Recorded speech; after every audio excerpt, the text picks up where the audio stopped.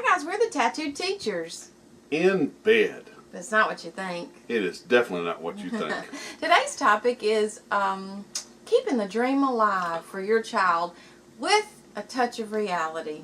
Oh, and we'll be back with that reality in just a minute. Stay tuned.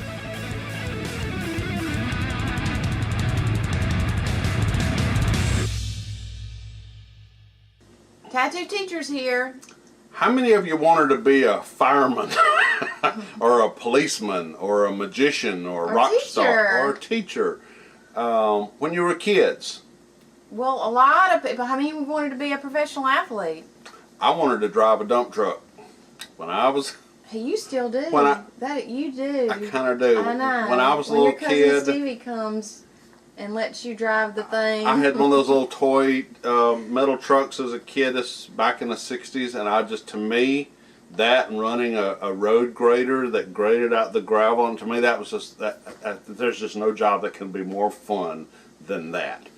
But we're in a precarious position now with our kids, particularly in the developed world, where our kids kind of have the world opened up to them, and we still use this adage of you can be anything you want to be. And I still believe that. And I still believe it too. But what we're leaving out when we're teaching our kids that is all the hard work and the goal setting that you have to do, and the failures that you have to make in order to get to that ultimate dream. And it more than likely will not come overnight. It's going to be a process that you have to strive for and meticulously strive for it every day of your childhood, or not childhood, but your high school years, especially junior high and high school years. Especially when I'm talking about that, I'm talking more about the professional athlete. Is that you're going to have to focus on your goal, whether it's a professional athlete or what. You have to work hard.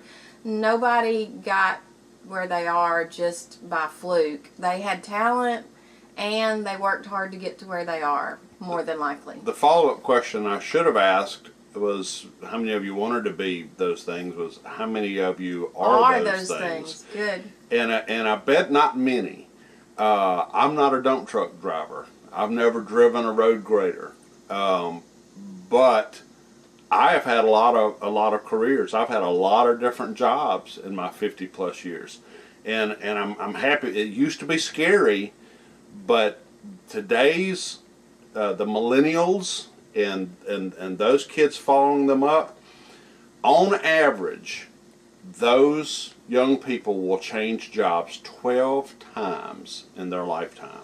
And our generation and our parents' generation frowned upon that. Very you were much. Supposed to get a job at a plant or wherever, and you were supposed to stay there for 40 years until you retired and went home and went fishing. Yep. That's what you were supposed to do. Or died. Right. But it's just not like that anymore, and that's okay. It's millennials seems like they need challenges all the time. It seems like once they've accomplished something, they want to move on to the next thing and accomplish it too. And that's good for the rest of us, because that's where innovation comes from. Right. Is when you have a generation of people who want to constantly create, who want to constantly improve, that benefits all of us eventually. But for those of us that are still hanging around with that old mindset, it's hard for us sometimes to grasp the idea that we truly are living in a global economy.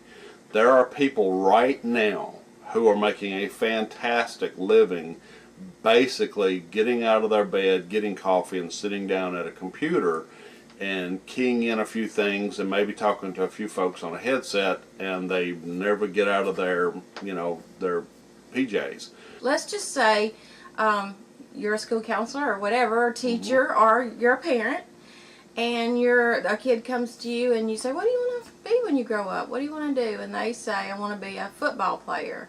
Look, the instinct, what I saw most of the time was when a student said that to a teacher, usually they were like, yeah, right. But I don't think that should be the answer. if a kid truly, truly, truly wants to be a professional athlete, you just need to help them. Try to not crush their dream, but help them see a little bit of reality. Okay, you can do that, but look, here are the things you got to remember. Number one, you got to have a work ethic. You've got to work hard when you're in high school and scouts from a college come to look at you. You've got to have skill. You've got to have work ethic.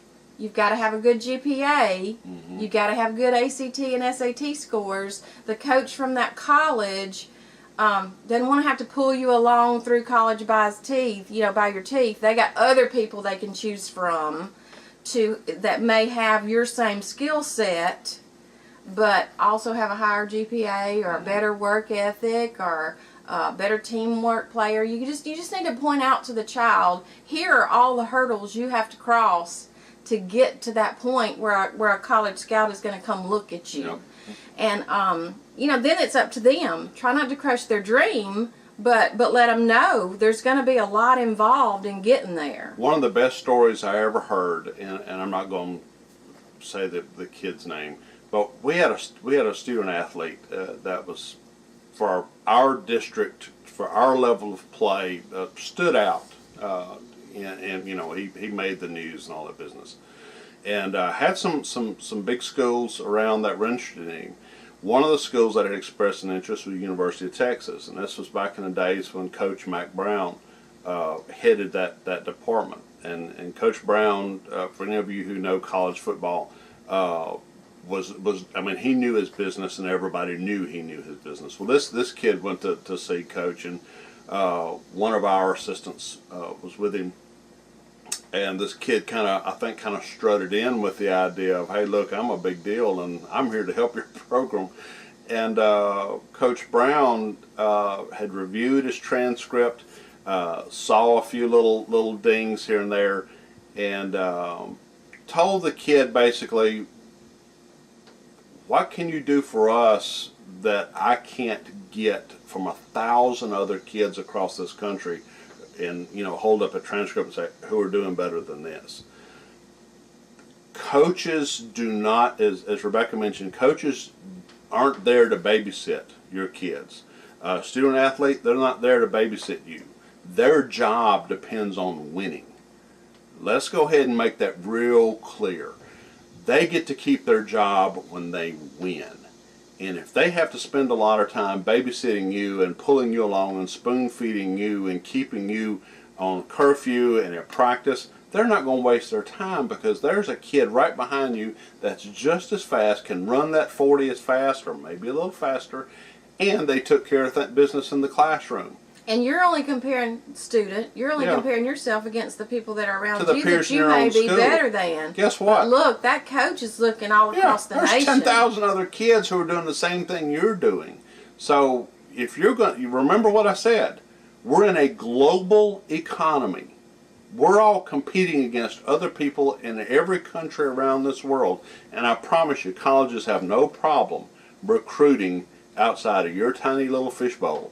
Because they're there to win. Now, that's not to say that you can't do it. Yeah. And that's what I'm trying to tell parents. Because somebody's going to fill that position. That's right.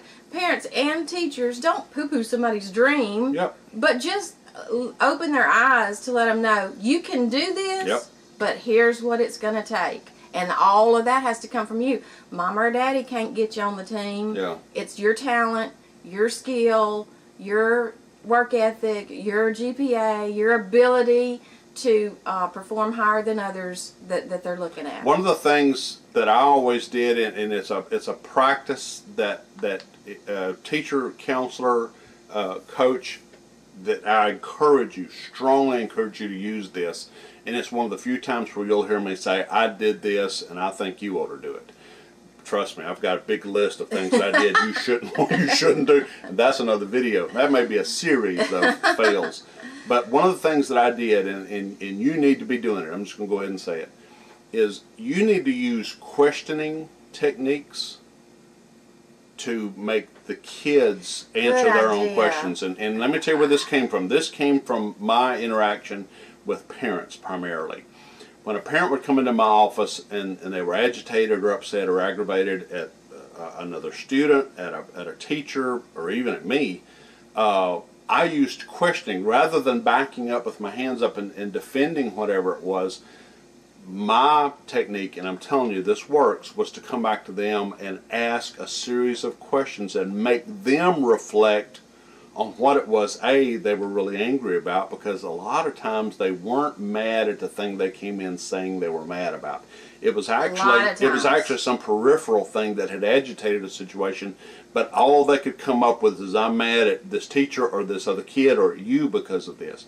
Use questions to help that student find their own reality. And what I mean by that is, when a kid comes in and says hey, I want to be a magician, I want to be a professional magician as a career. Man, that sounds like a lot of fun. What have you done to prepare for it? Well, I haven't done anything to prepare for it. I don't know what to do.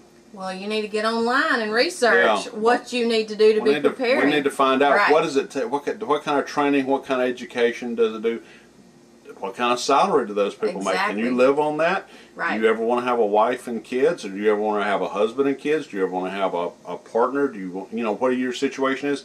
Do you want to do these things? Well, maybe you better find out, does this make enough money? And then use those questioning techniques to have that child reflect. Figure out how they're going to get there. Maybe I don't want to do this. Maybe this isn't what I thought it was going to be. And then, and the worst thing you can do, and this is was the hardest thing for me, is do not do that yourself. Do not go out and do the research. Do not become a servant to the student. This is something they need to do. Exactly. They will want you to do it. That's right. Because they've probably been fed and served all this time. No. That's not your job. That's their job. This is their life. This is their career. This is their dream. And they'll have more of a stake in it if they do it rather than you doing it for them. Because if things fall apart, they're going to blame you. They're going to blame you, because you're the one who provided all the information. You were the one who conveyed them from point A to point B. Even though you really didn't do it, that's the way they'll see it. If this is their dream, let them light the fuse on it. Let them follow it. Let them feed it. Perfect advice. Until it gets to the point where they, I made the right decision. This is what I wanted to do. So that's good advice. Teacher, a lot of times the kids are going to come to you first and ask those questions. Be prepared. Let's don't be dream crushers. Let's be dream builders. Well, just really quickly, another example of that is, remember, our daughter didn't know what she wanted to do, what she wanted to be.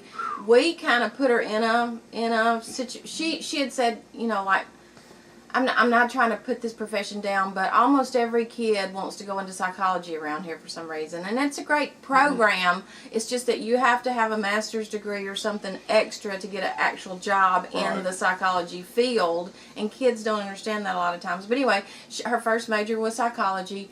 Then she came and talked to us. What do y'all think I should do? What do y'all think I should be? I don't know what to do. We kind of led her in the direction of speech and language pathology because we thought that would give her a good income. That would, she would be good at that. We just thought that was her.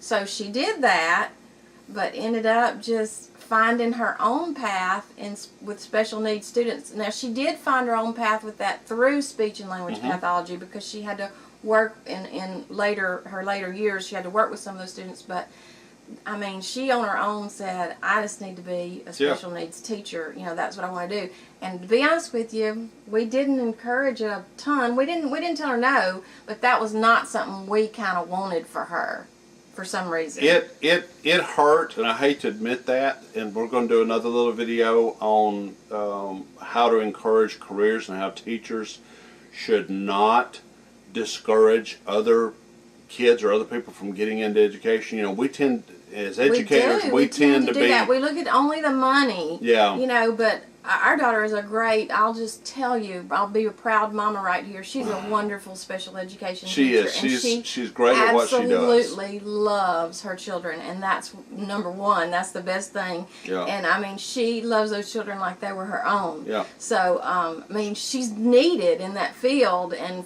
we would have, had we made the decision, we would not have made that decision for her. But that's exactly what she's best at. People have heard me say for years that there's no such thing as a coincidence, and I believe in that. I'm not going to get into spirituality or anything like that. All I'm going to say is that things happen to me in our experience as a family. Things have always happened for a reason, good or particularly bad. We've always had, we've always learned something from our bad experiences. And there's always been something good that came out of it. Always opened the door for something else. And that's just, it was hard for when she came home and said, I really think I need to be in working with special ed. And it just like, just took the wind out of me, because I could just see all this money that at that time I thought she was throwing away $100,000+ a year for 30,000, single girl, and it just was. But she is so happy, and when we realized how much joy that she was getting from helping those kids, and again, it was through speech language pathology, because she was doing her little internship. She wanted to work with kids, she knew that, so she was working with another speech therapist on an elementary school campus, working primarily with special needs kids. And it's worked out fantastic. She's happy, she's a taxpayer, which is where we wanted to get her, and that's where we want to get everybody. We need you out there contributing, and that's a great way to do it. So my total dad instincts did not kick in and just say no, and it's worked out great. It's been fantastic. So parents, just try to support your kids as best you can with showing them the reality of the situation too, and questioning them and letting them research that career on their own. Yep, whatever absolutely. it is. Dream builders, not dream crushers, but include the reality. Okay? Thanks, guys. As always, appreciate you watching. Please subscribe. Please like. Please share and comment. Talk about this at home. And we'll see you next time.